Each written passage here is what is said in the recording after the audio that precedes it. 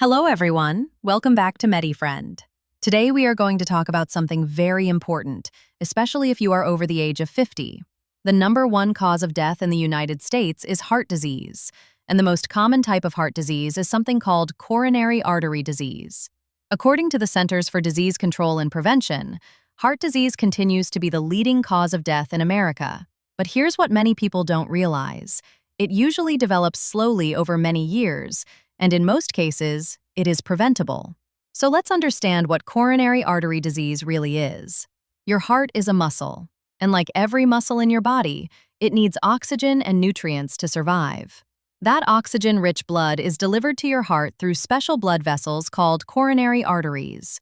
Over time, fat, cholesterol, and other substances in your blood can stick to the walls of these arteries. This buildup is called plaque. As plaque builds up, the arteries become narrower and harder. This process is known as atherosclerosis. When the arteries become too narrow, less blood can reach the heart muscle. When that happens, you may start feeling chest pain or shortness of breath.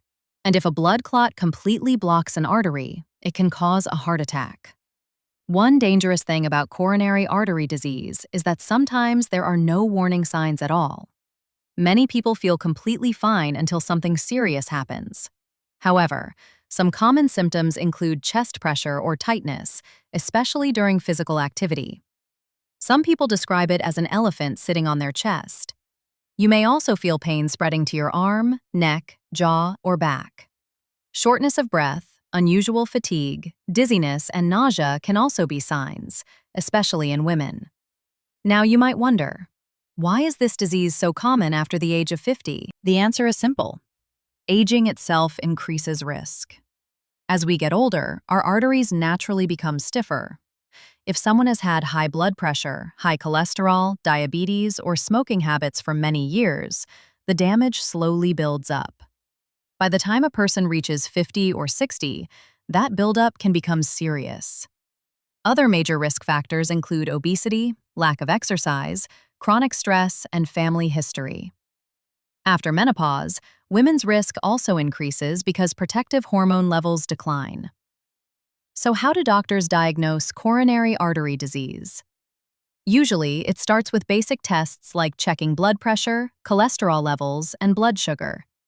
If there are concerns, doctors may perform an ECG to look at the heart's electrical activity.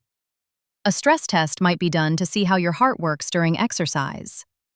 Imaging tests like an echocardiogram or CT scan can provide more detail. In some cases, a coronary angiogram is done to directly look at blockages. Treatment depends on how severe the condition is. In early stages, lifestyle changes are the most powerful treatment. And I want to emphasize this. Lifestyle can reverse early damage.